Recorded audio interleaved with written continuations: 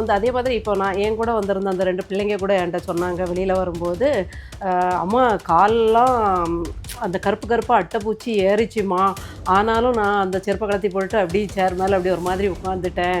கொஞ்சம் ஒரு மாதிரி தான் இருந்து, ஆனால் அம்மாவே வந்து இப்படி நிற்காங்க. அதாவது உங்களை வச்சு தான் எங்களுக்கே இந்த கட்சியோட அருமைகள்லாம் தெரியுது, அப்போ நாமளும் நிற்கணும் அப்படின்னு தெரிஞ்சது. அப்படின்னு யூஎஸ் என்ன சொல்லுது, நீ லஞ்சம் கொடுத்து தான் வந்து இந்த ஒப்பந்தத்தையே வாங்கியிருக்க அப்படின்னு சொல்லி சொல்லுது. அப்ப போலியான இன்வெஸ்ட்மெண்ட்டை வந்து உருவாக்குறதுக்கான அந்த அடித்தளம் உங்களுக்கு இதுல இருந்து புரியுதா கொஞ்சம்? சோ இப்படியான வேலைகளை அங்க பண்ணி அங்க அம்பலமாயி, இன்னும் வெளிப்படையா சொல்லணும் அப்படின்னா தமிழ்நாட்டினுடைய மானம் அமெரிக்காவில சந்தி சிரிக்குதுன்னு சொன்னா அது மிக இல்லை. ஏன்னா அதுவும் ஜூலை 9 வந்து இங்க ஒரு பிரைவேட் ஜெட் வருதுன்னு சொல்றாங்க, சித்ரஞ்சன் சாலைக்கு வந்ததுன்னு சொல்றாங்க. இதற்கு பதில் கேட்டோம் அப்படின்னா நம்மளுடைய முதலமைச்சர் எப்படி ரியாக்ட் பண்ணாருன்னு தெரியுமா? வேலை இல்லை. மதுரை அரிட்டாப்பட்டியில் நடந்த கொடுமை பார்த்தீங்கன்னா டங்ஸ்டனுக்கு இப்போ என்ன பண்ணிட்டாங்க, ஒன்றிய அரசு வந்து எங்களை கேட்காம எதுவுமே பண்ணக்கூடாது அப்படின்னு ரொம்ப வீர ஆவேசமாக பேசுகிறாங்க இல்லையா?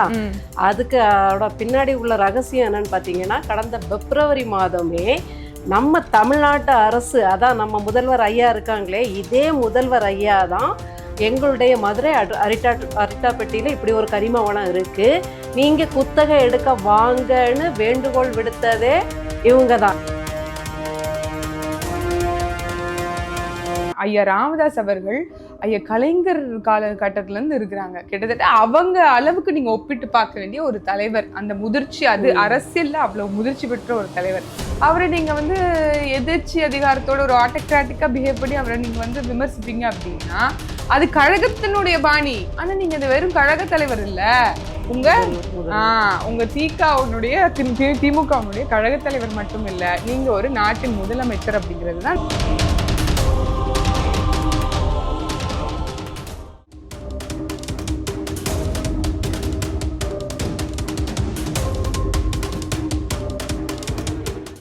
உலகம் முழுக்க பரவி வாழும் தாய் தமிழ் உறவுகளுக்கு அன்பு வணக்கம். தமிழ் முழக்கம் ஊடகத்துல நீண்ட நாளுக்கு பிறகு அக்கா குளோரி அவர்களோட சேர்ந்து மீண்டும் ஒரு காணொலியில இணைந்திருக்கிறோம். அக்கா வணக்கம். வணக்கம். அண்மையில நடந்த மாவீரர் நாள் நிகழ்வு தெரியும். மிக பிரம்மாண்டமாக நாம் தமிழர் கட்சி தமிழ்நாட்டுல மதுராந்தகத்துல முன்னெடுத்தது. ஆனால் உலகம் முழுக்க பரவி வாழக்கூடிய தமிழர்கள் எல்லா நாடுகள்லயும் மாவீரர் நாளை ரொம்ப சிறப்பா எடுத்திருக்கிறாங்க. ஏன்னா செத்தவர்களுக்காக அழுகுறவங்களுக்கு மத்தியில அழுதவர்களுக்காக செத்தவர்கள் தான் நம்மளுடைய இனத்தின் மாவீரர்கள். அந்த மாவீர தெய்வங்களை வந்து போற்றணும் அப்படிங்கிறதுக்கான நாள் தான் நவம்பர் 27. அதற்கு முந்தைய நாள் தலைவனுடைய பிறந்த நாள் மிக சிறப்பாக அண்ணா நகர்ல இந்த ஆண்டு கொண்டாடினோம். அதை தொடர்ந்து மதுராந்தகத்துல மாவீரர் நாள். பிரான்ஸ், அதுக்கப்புறம் ஆஸ்திரேலியா, கனடா போன்ற பல நாடுகள்ல பேரெழுச்சியாக மக்கள் வந்து இந்த மாவீரர் நாளை அனுசரிச்சிருக்காங்க. மாவீரர் நாள் கொண்டாட்டத்தின் நோக்கம் நம்மளுக்கு தெரியும். ஆனால் சிறுக சிறுக வந்து நிறைய பேர் கொண்டாடினாலும் அதனுடைய நோக்கம் வந்து உயிர்ப்போட இருக்கா அப்படிங்கிற கேள்வியும், அதுக்கப்புறம் நீங்க முதல் முறையா நம்ம மாவீரர் நாளை நீங்க வந்து பார்த்திருப்பீங்க. நாம் தமிழர் கட்சி நடத்திய இந்த மாவீரர் நாளை எப்படி இருந்தது சொல்லுங்க. ரொம்ப சிறப்பாக இருந்தது. ஏன்னா எனக்கு வந்து இதுக்கு முந்தின மாவீரர் நாள் நான் வந்து நேரலையில் தான் பார்த்தேன். அப்போ நம்ம கட்சிக்குள்ளே வரவும் இல்லை, ஆனால் கட்சி மேல் ஒரு ஆதரவாக இருந்து தொடர்ச்சியாக ஒரு 3 வருஷமாக வீட்டில் இருந்து அண்ணனுடைய பேச்சுகளை கேட்டப்போ நான் பார்த்தது போன வருட மாவீரர் நாள். அது எனக்கு ஒரு புது உத்வேகத்தை கொடுத்ததுன்னு சொல்லலாம். அதுக்கப்புறம் பார்த்திங்கன்னா நம்முடைய மேதகுவே பிரபாகரன் அவருடைய இன்னொரு பக்கத்தை பார்க்க முடிஞ்சது அதில் தான். அது வரைக்கும் நம்ம படித்தது வேறையாக இருக்கும். அடுத்தது வந்து பார்த்திங்கன்னா இந்த வாட்டி எனக்கு ஒரு பெரிய சந்தோஷம் என்னென்னா, முதலாவது மாவீரர் நாள் வந்து சிதம்பரத்தில் வைக்கிறதா இருந்தது.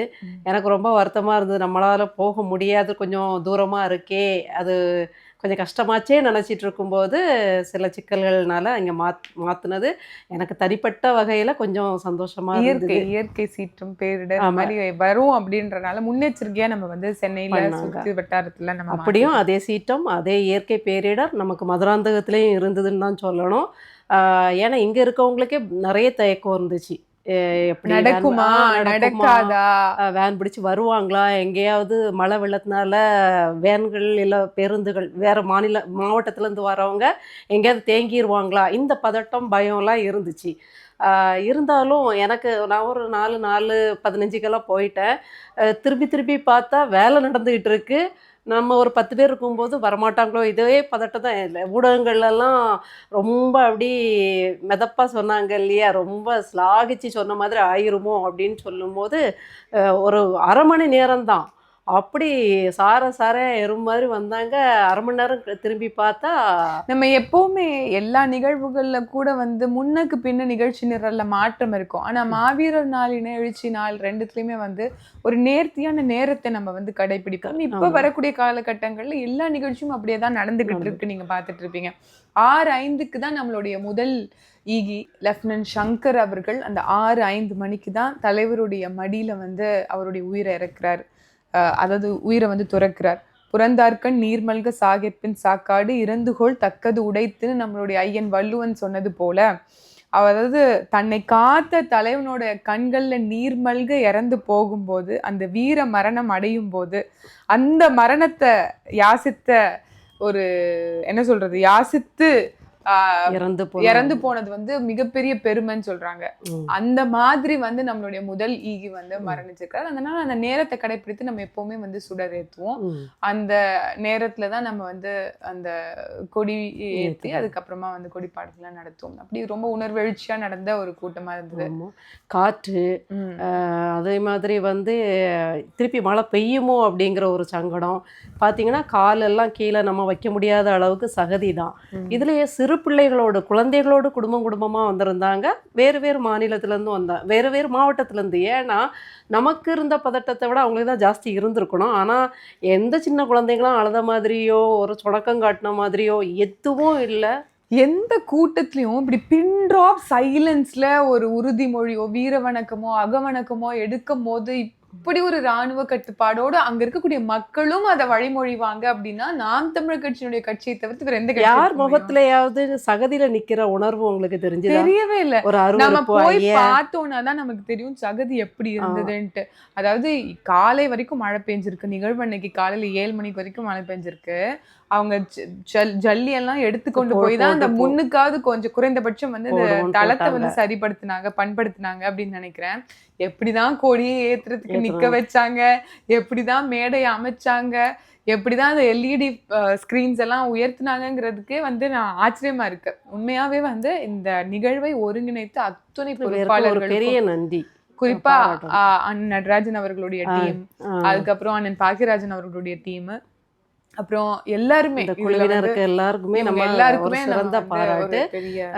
ஏன்னா வந்து அதே மாதிரி இப்போ நான் என் கூட வந்திருந்த அந்த 2 பிள்ளைங்க கூட என்கிட்ட சொன்னாங்க வெளியில் வரும்போது, அம்மா காலெல்லாம் அந்த கருப்பாக அட்டைப்பூச்சி ஏறிச்சுமா, ஆனாலும் நான் அந்த செருப்பை கலத்தி போட்டு அப்படி சேர் மேலே அப்படி ஒரு மாதிரி உட்காந்துட்டேன். கொஞ்சம் ஒரு மாதிரி தான் இருந்து, ஆனால் அம்மாவே வந்து இப்படி நிற்காங்க. அதாவது உங்களை வச்சு தான் எங்களுக்கே இந்த கட்சியோட அருமைகள்லாம் தெரியுது, அப்போ நாமளும் நிற்கணும் அப்படின்னு தெரிஞ்சது. அப்படி சொன்ன மாதிரி வந்த பார்ட்டிசிபென்ட்ஸ், அங்கே வந்த நிகழ்வுக்கு வந்தவங்க கால் எல்லாமே வந்து அந்த ஈரத்திலேயே தான் இருந்தது முழு 3 மணி நேர நிகழ்வுலையும். அப்படி இருந்தும் இந்த இனத்தின் உணர்வுக்காக இந்த மக்களினுடைய உணர்வு வந்து அந்த தமிழர் என்ற அந்த உணர்வு வந்து நம்மளை அங்கே ஓர்மைப்படுத்தியிருக்கு அப்படின்னா அது மிகையாகாது. ஆமாம், கண்டிப்பாக. அதாவது எல்லாரும் சொல்லுவாங்க இளைஞர்களின் மூளையை செலவு செய்து சீமான் அவர்கள் இப்படி பண்ணுறாங்க. ஆமாம், உண்மைதான். இளைஞர்களின் மூளையை செலவு செய்கிறார் நல்லபடியாக. ஏன்னா இங்கே அழுக்கடைஞ்சு போய் இருக்கும் மூளை. தமிழர்கள் தங்கள் வரலாறு தெரியாமல் திக்குமுக்காடி போய் இந்த இது வலை கட்டும் சிலந்தி வலை கட்டின மாதிரி பாலடைஞ்சு போய் இருக்கக்கூடிய மூளையை மெருகேற்றி அழகாக அந்த உணர்ச்சியை வந்து கொண்டு வராங்க. அதனால கண்டிப்பாக ஆமாம், கெட்டுப்போன எங்கள் மூளைகளை அண்ணன் பிரெயின் வாஷ் நல்லா பண்ணுறோம். இந்த மாதிரி ஒழுக்கமாக இருக்கிறது தவறான வழிப்படுத்துதல் அப்படின்னா வச்சுக்கோங்க. அவ்வளோதான். ஆமாம், ஒரு நல்ல உணர்வை தட்டி எழுப்புறது உங்களை பொறுத்த வரைக்கும் தப்பாக தெரியுதுன்னா நீங்கள் தப்பாகவே அதை சொல்லிட்டு போங்க, அவ்வளோதான். அப்புறம் நம்ம அலசலில் ஒரு முக்கியமான நபரை, அதாவது எங்கே பார்த்தாலும் அந்த பேர் தான் இப்போ அடிபட்டுகிட்டே இருக்குது. அந்த நபரை பற்றி பேசியே ஆகணும். ரொம்ப நல்ல நபர்னுலாம் நினச்சிக்காதீங்க. அதான் நம்ம அதானி பற்றி. அண்மையில் லக்கி பாஸ்கர்னு ஒரு படம் பார்த்தேங்க. அது 90களில் வந்து ஒரு மிகப்பெரிய இந்த ஸ்டாக் மார்க்கெட் இருக்கு இல்லையா, ஷேர் மார்க்கெட் இருக்கு இல்லையா, ஸ்டாக் புரோக்கரிங், அதுல வந்து ஸ்கேம் நடந்திருக்கு ஹர்ஷத் மேத்தா அப்படின்னு சொல்லிட்டு. ஆனா அதை என்னால் இந்த காலத்தோட ஒப்பிட்டு பார்க்க முடியுது. கிட்டத்தட்ட இன்னைக்கு கௌதம் அதானி அவர்கள் செய்யக்கூடியது அந்த படத்தை பார்க்கும்போது அப்படிதான் தெரியுது. அதற்கு வந்து இப்போ வந்து என்ன சொல்றது, முழுக்க முழுக்க முயற்சியாலே ஒரு மனிதன் உயர்ந்திருக்கிறானா அப்படின்னு கேட்கும்போது இல்ல இல்ல, அரசியல் பின்புலமும் அரசியல் பழக்க வழக்கங்களும் இருந்தாலும் உன்னால முன்னேற முடியும். சதுரங்கமும் ஆமா, சதுரங்க வேட்டையிலும் இந்த படத்துலயும் இந்த காமிச்சிருப்பாங்கன்னு வச்சுக்கோங்களேன் மணி ஹெய்ஸ்ட பத்தி.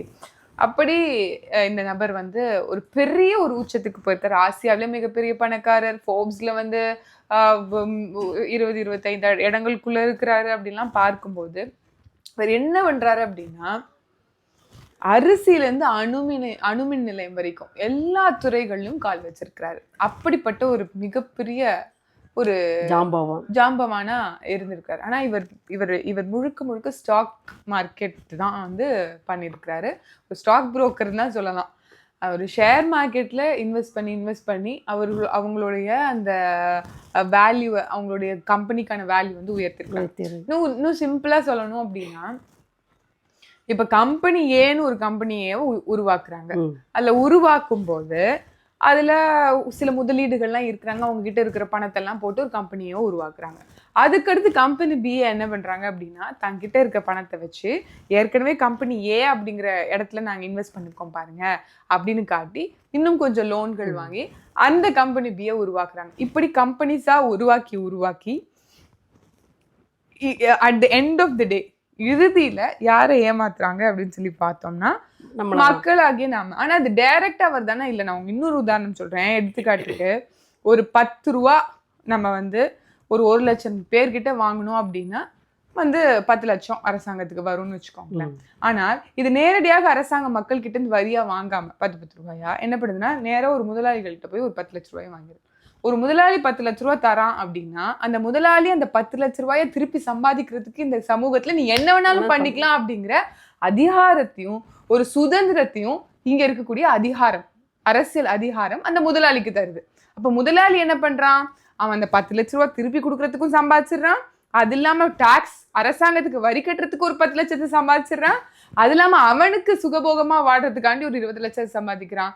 10 ரூபா பொருளை 50 ரூபாய் இன்னைக்கு விற்கிறாங்க அப்படின்னா இதற்கு பின்னாடி இந்த ஒரு வணிக அரசியல் தான் இருக்கு அப்படிங்கிறத நம்ம புரிஞ்சுக்கிறோம். இதான் மின்சார இதே இந்த இந்த இந்த ஹைஸ்ட, இந்த ஒரு சதுரங்கத்தை, இந்த ஒரு ஒரு ஒரு ஒரு பின்னலை சதி வலைகளை அவங்க வந்து வணிகத்துல வந்து இம்ப்ளை பண்றாங்க. இந்த ஃபார்முலாவை வந்து அதுல அப்ளை பண்றாங்க.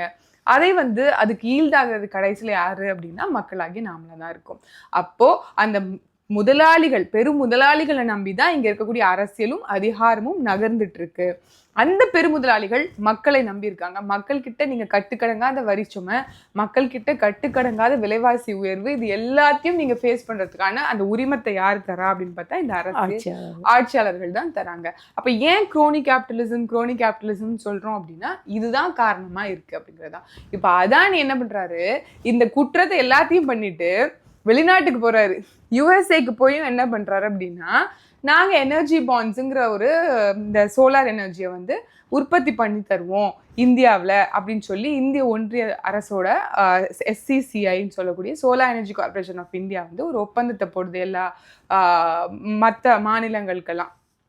நாம வந்து நான் உற்பத்தி பண்ணி தருவேன், இதை உங்களுக்கு விநியோகிச்சு தருவேன், எங்க கூட ஒப்பந்தம் போட்டுக்கோங்கன்னு சொல்லிட்டு ஒரு என்ன கொடுக்குறாங்க, லஞ்சத்தை கொடுத்து அவங்க கூட ஒப்பந்தத்தை போட்டுறாங்க. இது எங்க வந்து அம்பலம் ஆகுது அப்படின்னா வெளிநாட்டுல யுஎஸ்ஏல அம்பலம் ஆகுது.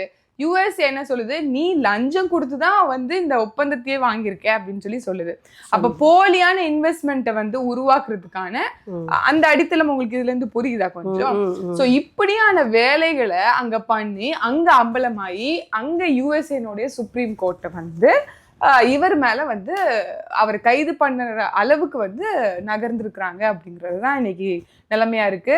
இன்னும் வெளிப்படையா சொல்லணும் அப்படின்னா, தமிழ்நாட்டினுடைய மானம் அமெரிக்காவில் சந்தி சிரிக்குதுன்னு சொன்னா அது மிக இல்லை. ஏன்னா அந்த 5 மாநிலங்களா தெரியல, சத்தீஸ்கர் எல்லாம் உள்ளடக்கி இருக்கு அப்படிங்கிறதுனால தமிழ்நாடும் ஒரு மாநிலமாக அங்க உள்ளடங்கி இருக்கு. கிட்டத்தட்ட 1750 கோடி வந்து ஆந்திராவுக்கு லஞ்சமா கொடுத்திருக்காரு கௌதம் அதானி அவர்கள். அதே போன்ற பல கோடிகளை இங்க தமிழ்நாட்டுக்கும் கொடுத்திருக்கிறாரு. ஆமா, அதுவும் ஜூலை 9 வந்து இங்க ஒரு பிரைவேட் ஜெட் வருதுன்னு சொல்றாங்க, சித்ரஞ்சன் சாலைக்கு வந்ததுன்னு சொல்றாங்க. இதற்கு பதில் கேட்டோம் அப்படின்னா நம்மளுடைய முதலமைச்சர் எப்படி ரியாக்ட் பண்ணாருன்னு தெரியும்ல? வேலை இல்ல. நம்ம என்ன சொல்றோம் அப்படின்னா, ஒரு முதலமைச்சர் இந்த ஜனநாயக நாட்டுல யாரு கேள்வி எழுப்பினாலும் அதற்கு தார்மீகமாக பதில் சொல்ல வேண்டிய கடமை இருக்கு இல்லையா? அவர் ஒரு முதலமைச்சர் அப்படிங்கிறதே நம்ம அடிக்கடி நினைவுபடுத்த வேண்டிய ஒரு தேவையா இருக்கு. நடுவுல கொஞ்சம் பக்கத்துல காணுங்கிற மாதிரி அவர்கிட்ட நீங்க வந்து கழக தலைவர் மட்டும் இல்லைங்க, நீங்க நாட்டின் முதல்வரும் கூடங்க அப்படின்னு சொல்ல வேண்டிய ஒரு அவசியம் வந்து. உலக நாயகன் அங்க போய் சேர்ந்துட்டார் இல்லையா, இவருக்கு கொஞ்சம் ஈகோ தட்டி விட்டாப்ல ஆகி போச்சு. இல்ல என்ன உலக நாயகன், நான் ஊழல், எங்களோட ஊழலை உலகத்துக்கே காட்டுறோம், நான் தான் உலக நாயகன், ஒரிஜினல் ஊழல் நாயகன் உலக நாயகன்னு காட்டிட்டாரு. இல்ல இப்போ வந்து அக்கா நீங்க சொல்றது சரிதான். அதே மாதிரி நம்ம என்ன சொல்றோம் அப்படின்னா, ஐயா ராமதாஸ் அவர்கள் ஐயா கலைஞர் காலகட்டத்துல இருந்து இருக்கிறாங்க. கிட்டத்தட்ட அவங்க அளவுக்கு நீங்க ஒப்பிட்டு பார்க்க வேண்டிய ஒரு தலைவர். அந்த முதிர்ச்சி, அது அரசியல்ல அவ்வளவு முதிர்ச்சி பெற்ற ஒரு தலைவர். அவரை நீங்க வந்து எதிர்ச்சி அதிகாரத்தோட ஒரு ஆட்டோகிராட்டிக்கா பிஹேவ் பண்ணி அவரை நீங்க வந்து விமர்சிப்பீங்க அப்படின்னா அது கழகத்தினுடைய பாணி. ஆனா நீங்க அது வெறும் கழக தலைவர் இல்ல, உங்க திமுகவுடைய கழக தலைவர் மட்டும் இல்ல, நீங்க ஒரு நாட்டின் முதலமைச்சர் அப்படிங்கிறது தான் நம்ம இங்க வந்து நினைவுபடுத்த வேண்டியதா இருக்குமே. பதில் இருக்காது. ஏன் நினைவுபடுத்த வேணும்னு நான் சொல்றேன்னா, ஒரு நடுவுல வந்து இந்த வெள்ளை போட்டோஸ் எல்லாம் வந்தது. அதெல்லாம் பார்த்து ஐயா கிட்ட கேட்கும்போது சொல்லியிருக்கிறாரு, இது போன ஆண்டு எடுத்த போட்டோ, இதெல்லாம் புதுசு கிடையாது, இப்போ உள்ளது கிடையாது, வெள்ளம் சொல்லி எல்லாம் ஏமாத்துறாங்க அப்படின்னு சொல்லி சொன்னாரு. நம்ம என்ன சொல்றோம், போன ஆண்டும் நீங்க 4000 கோடி. அப்படியாக இன்னைக்கு வந்து ரொம்ப மோசமாக இந்த அதானியினுடைய பிரச்சனை போய்கிட்டு இருக்கு. வாய் திறக்காம அறிக்கை விடக்கூடிய அரசு தானே இவங்க. எது ஒன்றுனாலும் வந்து அதுவும் ஒன்றிய பாஜக அரசை எதிர்க்கிறோம் சொல்லிதான் இன்னைக்கு ஆட்சி அதிகாரத்துக்கே வந்திருக்கிறாங்க. 2021லயும் சரி, 2024 நாடாளுமன்ற தேர்தலையும் சரி, எல்லா இடத்துலயும் என்ன சொன்னாங்க, பாஜகவை எதிர்த்துதான் திமுக வந்து களம் காணுதுன்னு சொன்னாங்க. ஆனால் அப்படிப்பட்ட பாஜக ஒரு மிகப்பெரிய ஊழலை வந்து ஒன்றிய அரசினுடைய, இன்னும் சொல்ல போனா இந்த கௌதம் அதானியினுடைய சொத்து மதிப்பு $8.9 பில்லியன் இருந்து $89 பில்லியன் மாறினதே இந்த மோடியினுடைய ஆட்சி காலத்துலதான். வெறும் குறைந்த 2020 வந்து $8.9 பில்லியன், 2022 வந்து அவருக்கு $89 பில்லியன் வந்து சொத்து மதிப்பு வந்து கூடி இருக்குது. அப்ப அந்த பில்லியனர் ராஜ் அப்படிங்கிற இந்த புத்தகத்துல கிராப்ட்ரி அப்படிங்கிறவர் வந்து குறிப்பிட்டிருக்கிறார், மோடி வந்து குஜராத்ல முதலமைச்சர் ஆனதுக்கு பிறகுதான் கௌதம் அதானி வந்து இவ்வளவு பெரிய பணக்காரரா ஆயிருக்கிறாரு அப்படின்னு சொல்லிட்டு. சோ இந்த குறுகிய காலத்துல வந்து மோடி வந்து எல்லா நலனையும் வந்து கௌதம் அதானிக்கு செஞ்சிருக்கு. கௌதம் அதானிக்கு தமிழ்நாட்டு முதலமைச்சரும் ஒரு என்ன சொல்றது ஒத்திசைவு பண்ணிருக்கிறாரு, மோதிக்கும் மனசு குளிர்விச்சிருக்கிறாரு அப்படிங்கிற மாதிரியான ஒரு முகத்தை தான் இப்போது காமிச்சிட்டு இருக்காங்க. ஏன்னா ஒரு பெரிய எதிர்ப்போ அதற்கான ஒரு எதிர் அறிக்கையோ எதுவுமே இவங்க விடுக்கல. இப்ப வேற நீங்க எல்லாம் சொல்லிட்டீங்க, இவரு இப்படிதான் வளர்ச்சி ஆயிட்டாரு, இப்படிதான் உலக பணக்காரர் ஆயிட்டாருன்னு. இப்போ உட்காந்து அந்த மொத்த குடும்பம், திமுக குடும்பமும் நாம இனிமே உலக பணக்காரர் ஆகணும், நம்ம உயிரெல்லாம் போட்டு எடுப்பாங்க, இன்னும் ஊழல்னு. ஏற்கனவே ஆசிய பணக்காரர் பட்டியலில் வந்தாச்சு. இப்போ நீங்கள் அதானி தான் உலக பணக்காரர் பட்டியலில் வந்துட்டாருன்னு தூண்டி வேற விட்டுட்டீங்க. இனி முழு மூச்சா நின்று ஊழல் பண்ணி உலக பட்டியலுக்கு போக பார்ப்பாங்களே, அப்போ நாம தானே கஷ்டப்படுவோம். ஆமா, இப்போ ஏற்கனவே நம்ம கஷ்டப்படுறோம். இன்னைக்கு வந்து கட்டுக்கடங்காத அளவுல நம்மளுக்கான வாழ்வாதார சுமை இருக்கு. நம்ம அன்றாட தேவைக்கும் நம்மளோட வாழ்க்கைக்குமே இன்னைக்கு ரொம்ப கஷ்டமா இருக்கு. இதுல வந்து இந்த இபி சுமைங்கிறது எவ்வளோ இருக்கு. நம்ம வந்து சும்மா 1000 ரூபாய் 2000 ரூபாய் 3000 ரூபாய் கட்டிருந்த இடத்துல இன்னைக்கு 10,000 ரூபாய் 15,000 ரூபாய் 20,000 ஆமா ஈக்குவலா இருக்கு. அத மாதிரியான ஒரு சூழல் இருக்கு. அதை தொடர்ச்சியா பாத்தீங்க அப்படின்னா அந்த செய்திகள் எல்லாம் இன்னைக்கு வந்து பேசுறது இல்ல ஊடகங்கள். மாறா என்ன பேசுவாங்க, பாருங்க ரஜினியும் சீமானும் சந்திச்சுட்டாங்க. கடந்த காலத்துல எத்தனை பேரை சந்திச்சிருக்காங்க நம்மளுடைய தலைமை ஒருங்கிணைப்பாளர் சீமான் அவர்கள். ரஜினியை சந்திச்சதுக்கே எப்படி அப்படின்னா, மலையாள சூப்பர் ஸ்டார் ஐயா மோகன்லால் அவர்கள் மலையாளி ஆயிட்டாரோ அவங்களெல்லாமும் சந்திச்சிருக்கிறாங்க. அதே மாதிரி சிவகார்த்திகேயன் சகோதரர் அண்மையில வந்து சந்திச்சாங்க. ஏன் கடந்த காலத்துல பாத்தீங்கன்னா கமல்ஹாசன் அவர்கள் பார்க்க வாரேன்னு சொன்னதுக்கு இல்ல நீங்க பெரியவர் நான் உங்களை பார்க்க வாரேன்னு போய் பார்த்த இதுகளும் நிகழ்வுகளும் இருக்குது. ஐயா நல்லக்கண் அவர்கள் அரசியலில், அதாவது இன்னைக்கு வந்து எந்த யாருமே விமர்சிக்க முடியாத அளவுக்கு மக்கள் நலனை மட்டும் வாழ்நாள் முழுக்க பேணி வந்த ஐயா நல்லக்கண் அவர்கள் அவங்கள போய் சந்திச்சிருக்காங்க. அதெல்லாம் ஒரு பெரிய பேச்சு பொருளாலாம் வந்து இன்னைக்கு ஆகாது. ஐயா ரஜினிகாந்தை போய் சந்திச்சது இன்னைக்கு பேச்சு பொருளா இருக்கு. எல்லாத்துக்கும் காரணம் ஒன்றுதான், அதானியினுடைய இந்த குற்றச்சாட்டுகளை மக்கள் தெரிஞ்சுக்க கூடாது அப்படிங்கிறதுக்காக, மூடி மறைக்கிறதுக்காக வேற யார் மேலேயாவது வேற போக்கஸை வந்து திருப்பி விட்டுறணும் அப்படிங்கறதுதான் இவங்க. அது மட்டுமா கபட நாடகம்? மதுரை அரிட்டாப்பட்டியில நடந்த கொடுமை பாத்தீங்கன்னா டங்ஸ்டனுக்கு இப்ப என்ன பண்ணிட்டாங்க, ஒன்றிய அரசு வந்து எங்களை கேட்காம எதுவுமே பண்ணக்கூடாது அப்படின்னு ரொம்ப வீர ஆவேசமா பேசுறாங்க இல்லையா? அதுக்கு பின்னாடி உள்ள ரகசியம் என்னன்னு பாத்தீங்கன்னா, கடந்த பிப்ரவரி மாதமே நம்ம தமிழ்நாட்டு அரசு, அதான் நம்ம முதல்வர் ஐயா இருக்காங்களே, இதே முதல்வர் ஐயா தான் எங்களுடைய மதுரை அரிட்டாப்பட்டியில் இப்படி ஒரு கரிம வளம் இருக்குது, நீங்கள் குத்தகை எடுக்க வாங்கன்னு வேண்டுகோள் விடுத்ததே இவங்க தான். இப்போ நீங்கள் விமானத்தில் ஏன் இவங்க 3 தடவை 4 தடவை பறந்தாங்கங்கிறதெல்லாம் கோத்து பார்த்துக்கணும். அக்கா இப்போ நீங்கள் டங்ஸ்டனை பற்றி சொல்லும் போது நான் மக்களுக்கு ஒன்று சொல்லணும்னு நினச்சிக்கிறேன். டங்ஸ்டன்னா என்ன அப்படின்னா, அது ஒரு கனிமம், அது ஒரு கனிம தாதுவாக இருக்குது. அது குறிப்பாக வந்து சைனா போன்ற நாடுகளில் வந்து அதிகமாக இருக்குது. 3ல் 2 பங்கு வந்து சைனா போன்ற நாடுகள்லாம், ரஷ்யா, அதுக்கப்புறம் வியட்நாம் போன்ற நாடுகள்ல அதிகமாக இருக்கான் இந்த கனிமம். நம்ம வந்து இதில் படிச்சிருப்போம், நம்ம ஸ்கூல் படிக்கும் போது படிச்சிருப்போம், அந்த பல்புக்கு வந்து ஒரு முக்கியமான அங்கமா டங்ஸ்டன் இருக்கும். இலை. ஆமா, அந்த இது அதுக்கு பயன்படுத்துவாங்க. ஆனா அதுக்கு மட்டும் இல்ல, இன்னைக்கு ஏரோஸ்பேஸ், டிஃபென்ஸ், ஃபார்மசி, மெடிக்கல்ல வந்து இப்ப எக்ஸ்ரே, இந்த எம்ஆர்ஐ ஸ்கேன் இதெல்லாம் எடுக்கணும்னா அதுக்கு ஷீல்டாக பயன்படுத்துறதுக்கும் இந்த டங்ஸ்டன்கிற இந்த தாது வந்து, இந்த உலோகம் வந்து பயன்படுத்தப்படுது அப்படிங்கிறத அவங்க சொல்கிறாங்க. இன்னும் பல செமிகண்டக்டர் அப்படிங்கிறது இன்னைக்கு ஒரு முக்கிய துறையாக இருக்குது. அதற்கும் இன்னைக்கு ஒரு முக்கிய ஒரு உலோகமாக இந்த டங்ஸ்டன் வந்து இருக்குது. அப்போ இந்த டங்ஸ்டன் வந்து, இந்த கனிமம் வந்து மதுரையில் வந்து இருக்குது அப்படிங்கிறத கண்டுபிடிச்சிருக்காங்க. அதுக்கு இந்திய ஒன்றியம் என்ன பண்ணியிருக்கு அப்படின்னா, இந்த இந்திய ஒன்றிய அரசு வந்து இது விட்டுருக்காங்க, ஏலம் விட்டுருக்காங்க, ஏலம் குத்தகை விட்டுருக்காங்க. யார் வேணாலும் வந்து அங்கே வந்து எடுக்கலாம் அப்படின்னு சொல்லிட்டு. அப்போ அதை எடுக்கிறது யாருன்னு பார்த்தீங்க அப்படின்னா, வேதாந்தா குழுமம் வந்து இதை வந்து நாங்க எடுக்கிறோம். ஏற்கனவே அவங்க வீர தீர செயல். எனக்கு வந்து ஒரு நியாயமான கேள்வி இருக்கு. இப்ப தமிழ்நாட்டுல ஏதாவது ஒரு விஷயத்த பண்றோம்னு வச்சுக்கோங்களேன், அது காட்டுப்பள்ளி துறைமுகமா இருக்கட்டும், எண்ணூர் துறைமுகமா இருக்கட்டும், இல்ல வந்து இன்னைக்கு 8 வழிச்சாலையா இருக்கட்டும், இல்ல சிலை அமைப்பதா இருக்கட்டும், எது ஒன்றுக்குமே அரசனுடைய ஒப்புதல் வேணும். கண்டிப்பா வேணும். இங்க ஆட்சி அதிகாரிகள் யாரா இருக்காங்களோ அவங்களோட ஒப்புதல் வேணும். இப்போ இந்திய ஒன்றியம் வந்து நீங்க இந்த மாநிலத்துல இது இருக்கு, இதை பண்ணலாம்னு சொன்னா அந்த மாநிலத்துல இருக்கக்கூடிய ஆட்சியாளர்கள் கிட்ட கண்டிப்பா பேசிதான் அதை பண்ண முடியும். ஆனா இன்னைக்கு திமுக என்ன மாதிரியான ஒரு நிலைப்பாடு எடுக்குது அப்படின்னா, நாங்க மீத்தேனுக்கே கையெழுத்து போட்டுட்டு மறந்துட்டோம்னு சொன்ன ஆட்களாச்சு. அப்படி சொல்றீங்க? இதே முதல்வர் ஐயா தெரியாமல் கையெழுத்து போட்டு விட்டேன்னு சொன்ன ஆளுதான். இப்படி தெரியாம நான் உங்களை கொன்னுகிட்டு என்ன விட்டுருங்கன்னு சொன்னா அப்ப சரியாயிருமா?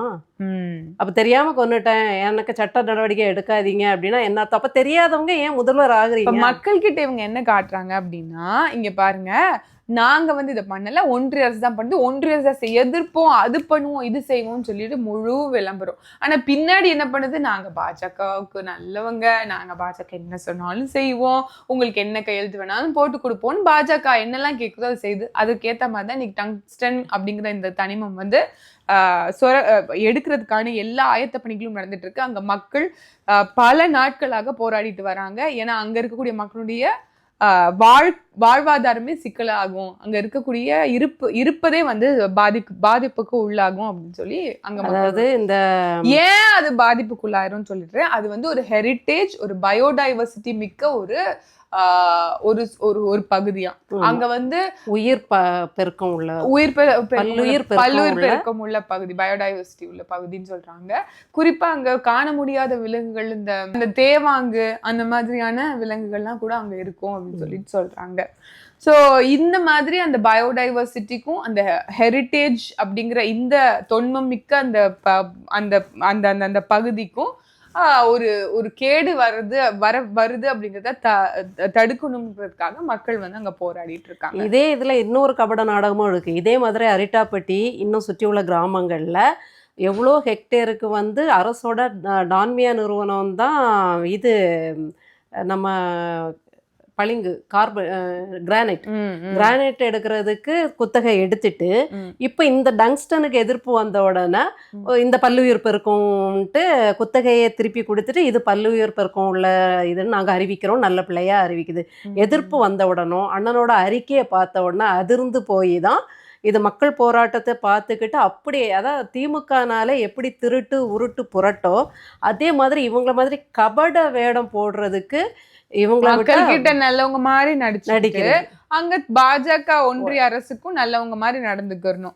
இவங்க எதுவுமே பண்ணாத மனித புனிதர்கள் மாதிரி மக்கள் கிட்ட. இதுல வியப்பு என்னன்னா, நல்லா படிச்சவங்க, நல்ல ஒரு அரசு நிறுவனத்துல ஒரு நல்ல உயர் பதவியில இருக்கிறவங்க கூட, இன்னும் சொல்ல போனா நல்ல ஒரு கிறிஸ்தவ மார்க்கத்தை பின்பற்றுகிற என்னுடைய நெருங்கிய உறவினர்கள் ஒருத்தர் கூட திமுக தான் நம்மளை காப்பாற்ற வந்த தெய்வம்னு சொல்றாங்க பாருங்க. எனக்கு என்ன பண்றதில்ல, இவங்க எதுக்கு படிச்சாங்க, எதுக்கு இந்த வேதங்களை படிச்சாங்க? ஒண்ணு பட்ட படிப்பாவது பகுத்தறிய உதவணும், இல்ல நீ சொல்ற மார்க்கமாவது ஒண்ணு நல்வழியில அதுக்கு தலைவான எப்படி எடுக்கணும். தலைமை ஒருங்கிணைப்பாளர் அடிக்கடி சொல்லுவாங்க, உங்களுக்கு இறை தூதர் இயேசுவே வந்து சொன்னாலும் நீங்க வந்து நம்புறதான் நம்புவீங்க, உங்க வீட்டை வந்து எடுத்தாதான் தெரியும் இங்க மீத்தேன் வாயு, இங்க உங்க வீட்டு நிலத்துக்கடியில நாங்க மீத்தேன் கண்டுபிடிச்சிருக்கோம்ட்டு உங்க வீட்டை அடிச்சுட்டு குழாய் போடுவான் பாருங்க, அப்பதான் உங்களுக்கு தெரியும். இந்த மாதிரி நிகழ்வுகள் வரும்போது மக்கள் வந்து ஒரு செய்தியை போய் பின்னோக்கி பார்க்கணும். ஹிரோஷிமா நாகாசாக்கி என்ன நடந்தது அப்படிங்கிற மாதிரியான இந்த நிகழ்வுகளை பார்க்கும்போது தான் நம்மளுடைய சுற்றுச்சூழல் வந்து பாதிக்கப்படும் போது அது ஏன் வீட்டு பிரச்சனை கிடையாதுன்னு நினைச்சோம் அப்படின்னா கொஞ்சம் கொஞ்சமா உங்க வீட்டுக்கும் அந்த பிரச்சனை வரும் அப்படிங்கிறது தான். 1 லட்சம் சம்பளம் வாங்குற ஒரு அரசு, நான் சொல்றேன் அந்த நெருங்கிய உறவினர் கிட்டத்தட்ட 1 லட்சம் வருமானம் வாங்குறாங்க. அவங்க 1000 ரூபாய் பஸ் இந்த பெண்களுக்கு கொடுக்கறதும் இலவச பஸ்ஸையும் பெருமையா பேசுறாங்க. என்னால அதை சகிச்சிக்கவே முடியல. அப்போ இவங்களுக்கு பொதுவான மக்கள் நலத்தை பத்தியோ, மண் வளம் மலை வளம் குறையுதுங்கிற பற்றியோ, மண் அரிப்பு மொத்த சூழலும் கெட்டு பூமி நாசமாக போகுது இவங்களோட பேராசையால், இந்த ஆட்சி அதிகாரத்தில் உள்ளவங்களோட பேராசையால் இதெல்லாம் போகுதுங்கிற ஒரு பொதுநல சிந்தனை இப்படி ஒரு மார்க்கத்தை பின்பற்றுறவங்களுக்கு கூட இல்லையே அப்படிங்கிற ஒரு வேதனை பயங்கரமா இருக்கு. ஆமா, அதே மாதிரி இதுக்கடையில நீங்க மழை வெள்ளம் அது வேற ஒரு பக்கமா போயிட்டு இருக்கு. இப்ப ஃபெஞ்சல்னு ஒரு புயல் வந்தது, அதுக்கு முன்னாடி பல புயல்கள் வந்துட்டு போயிருக்கு. இது ஒரு நாமாக்கா, அதாவது இந்த வேர்ல்ட் மெட்ரலாஜிக்கல் சென்டர்னு சொல்லி ஒண்ணு இருக்கு. 2004 என்ன பண்றாங்க அப்படின்னா, ஒவ்வொரு நாடுகளும் ஒவ்வொரு பேரை வந்து சூட்டுமா. இந்த முறை சவுதி அரேபியா ஃபெஞ்சல்ங்கிற பேரை சூட்டிருக்கு, அடுத்த முறை ஸ்ரீலங்கா ஏதாவது பேர் சூட்டுமா, அடுத்து என்ன புயல் வந்தாலும் ஸ்ரீலங்கா அந்த பொறுப்பெடுத்து பேர் சூட்டும். ஆபத்துக்கு கூட சுட்டு சொல்லுவாங்களா? ஆமா, அதனால முறையில் பண்ணணும் அப்படி இது ஒரு நடைமுறையா வச்சிருக்காங்க. ஃபெஞ்சலுங்கிறது அரேபிய மொழி, அரேபிய மொழில இருந்து வந்த வார்த்தையா இருக்கு. இது ஒரு பக்கம். ஆனா இந்த புயல் வந்து ஒரு பெரிய தாக்கத்தை வந்து புதுச்சேரி, விழுப்புரம், விக்கிரவாண்டி மாவட்டங்கள்ல இந்த இடங்கள்ல வந்து ஒரு பெரிய பாதிப்பை வந்து ஏற்படுத்தியிருக்கு அப்படின்னு சொல்லி சொல்றாங்க. இல்ல எல்லாத்துக்குமே டீப் ரூட்டா போய் பார்த்தோம்னு வச்சுக்கோங்களேன், கிராஸ் ரூட் லெவல்ல போய் பார்த்தோம்னு வச்சுக்கோங்களேன், என்ன பிரச்சனையா இருக்கு அப்படின்னா, அங்கேயும் இப்ப என்ன சொல்றாங்க அப்படின்னா, ஒழுங்கான வந்து இந்த மழைநீர் வடிகால் வந்து பணி வந்து சரியா அமைக்காததுனாலதான் 40 ஆண்டுகளுக்கு கழித்து இப்படியான ஒரு பெரும் பேரிடரை வந்து அங்க மக்கள் சந்திக்கிறனால அவங்களால அதை எதிர்கொள்ளவே முடியாத அளவுக்கான ஒரு சூழல் வந்து கட்டமைப்பு வந்து அங்க இருக்கு. அப்படின்னா ஒரு வலுவான கட்டமைப்பு இல்ல. இவ்வளவு ஆண்டு காலம் தொடர்ச்சியாக யார் ஆட்சி செஞ்சாலும் வந்து பாஜக வந்தாலும் சரி, காங்கிரஸா இருந்தாலும் சரி, திமுக வந்தாலும் சரி, அதிமுக வந்தாலும் சரி, அவங்க வந்து ஒரு பேரிடரை எப்படி எதிர்கொள்ளணும் அப்படிங்கிற அளவுக்கு இன்னும் அவங்க வந்து வளர்ந்துக்கல. அவங்க அந்த லெவலுக்கு வந்து அவங்களுடைய இதை வந்து உயர்த்திக்கல. இந்த நிர்வாகம் மழைக்கு முன் தொய்வு, மழைக்கு பின் ஆய்வு, இப்படிதான் நடக்கும். எனக்கு இந்த புது தகவல் வந்து, அதாவது ஒவ்வொரு புயலும் நம்மள சுழற்சி முறையில சுழன்று அடிக்கும் போது பேர் வைக்கிறதுக்கே சுழற்சி முறையில நாடுகள் வைக்குதுங்கிறது ஒரு புது தகவலா இருக்குது. இதுவும் சுழற்றுது, அவங்களும் சுழல்றாங்க. சரி, ஆனா பாத்தீங்கன்னா அதான் நான் சொல்றேன் இல்லையா, ஆய்வு வந்த பின் என்ன ஆய்வு எனக்கு தெரியல. இல்ல எனக்கும் இப்ப நீ செய்தி எல்லாம் பாத்தீங்கன்னா இப்ப ஏதாவது ஒரு ஆணவ படுகொலை அப்படின்னா படுகொலையை தடுக்கிறதுக்காக நாங்க அதை பண்ணுவோம், இங்க ஒரு கொலை அங்க ஒரு கொலைன்னு சொல்லி செய்திகளா வரும். அதுக்கப்புறம் அதை அப்படியே மூடி மறைஞ்சிரும். அதை பத்தி யாரும் ஆணவ சட்டத்தை ஏற்கனவே சொல்றதுக்கு நீண்ட காலமா போராடி நடவடிக்கை வந்துதாங்கிறது கூட அதெல்லாம் தெரியாது. அதுக்கப்புறம் வந்து சட்ட ஒழுங்கு சீர்கேட்டு இருக்கு, கஞ்சா குடிச்சு செத்துட்டாங்க, இல்லன்னா வந்து கள்ளச்சாராயம் மருந்து மருந்து இறந்துட்டாங்க, தொடர்ச்சி எல்லா இடத்துலயும் செய்தி வரும். இத்தனை கள்ளச்சாராய பாட்டில்களை இத்தனை லிட்டர் நாங்க வந்து பறிமுதல் செஞ்சோம், அது செஞ்சோம் இது செஞ்சோம்னு ஒரு 10 நாளைக்கு செய்தி, 10 நாளுங்கிறது அதிகம், ஒரு வாரத்துக்கு செய்தி வரும். அது அப்படியே மூடி மறைச்சிடும். அதுக்காக வேண்டி தொலைநோக்கத்தோட ஒரு திட்டத்தை ஒரு வகுத்திருக்காங்களா அப்படின்னா இருக்காது. அதாவது முதல்வர், துணை முதலமைச்சர், அமைச்சர்கள், எம்எல்ஏக்கள் வேலை வந்த பின் ஆய்வு நடத்துறது இல்ல. வர்றதுக்கு முன்னாடி நீங்க நிர்வாகத்துல உங்க ஐஏஎஸ் செயலாளர்களை கூப்பிட்டு, கலெக்டர்களை கூப்பிட்டு, அந்த படிச்ச மேதாவிகளை கூப்பிட்டு ஆய்வு பண்ணி நீங்க சரி பண்ணணும். நீங்க குற்றம் சாட்டுறீங்க, நான் இப்பதான் துணை முதலமைச்சர் ஆயிருக்கேன், நீங்க அதுக்குள்ளே அதுக்கு உங்க அரசியல் பாரம்பரியம் என்ன? ஒரு சாதாரண ஏழை சாமானியனுக்கே அரசியல் தெரியுது, நிர்வாகம் என்னன்னு தெரியுது, மன்னன் என்ன செய்யணும், அரசன் என்ன செய்யணும். வருமுன் காப்போம், நேத்தைக்கு வந்த சொல்லாடலாம், வருமுன் காப்போங்கிறது என்னைக்கோ பழக்கத்துல இருக்கு. இதெல்லாம் சாமானியன் சொல்ற ஒரு சொல்லாடல் தான். அப்போ வந்து எல்லாருக்கும் தெரியறது ஏன் உங்களுக்கு தெரியல? இதுக்கெல்லாம் படிச்சுட்டு வரணுமா? அப்ப படிச்சுட்டு வந்து பதவியில உட்காரு. மழை வர வரைக்கும் காத்திருக்கணும். துணை முதலமைச்சரா இருந்தா மழைதான் மாசம் முதலமைச்சர் எப்பயோ ஆயிட்டாரு, நாங்க ஆயிட்டோம். ஆனா மழை வர வரைக்கும் நாங்க காத்திருப்போம்னா ஒன்னும் பண்ண முடியாது. நாங்களும் ஒரு நாள் காத்துட்டு தான் இருக்கோம்.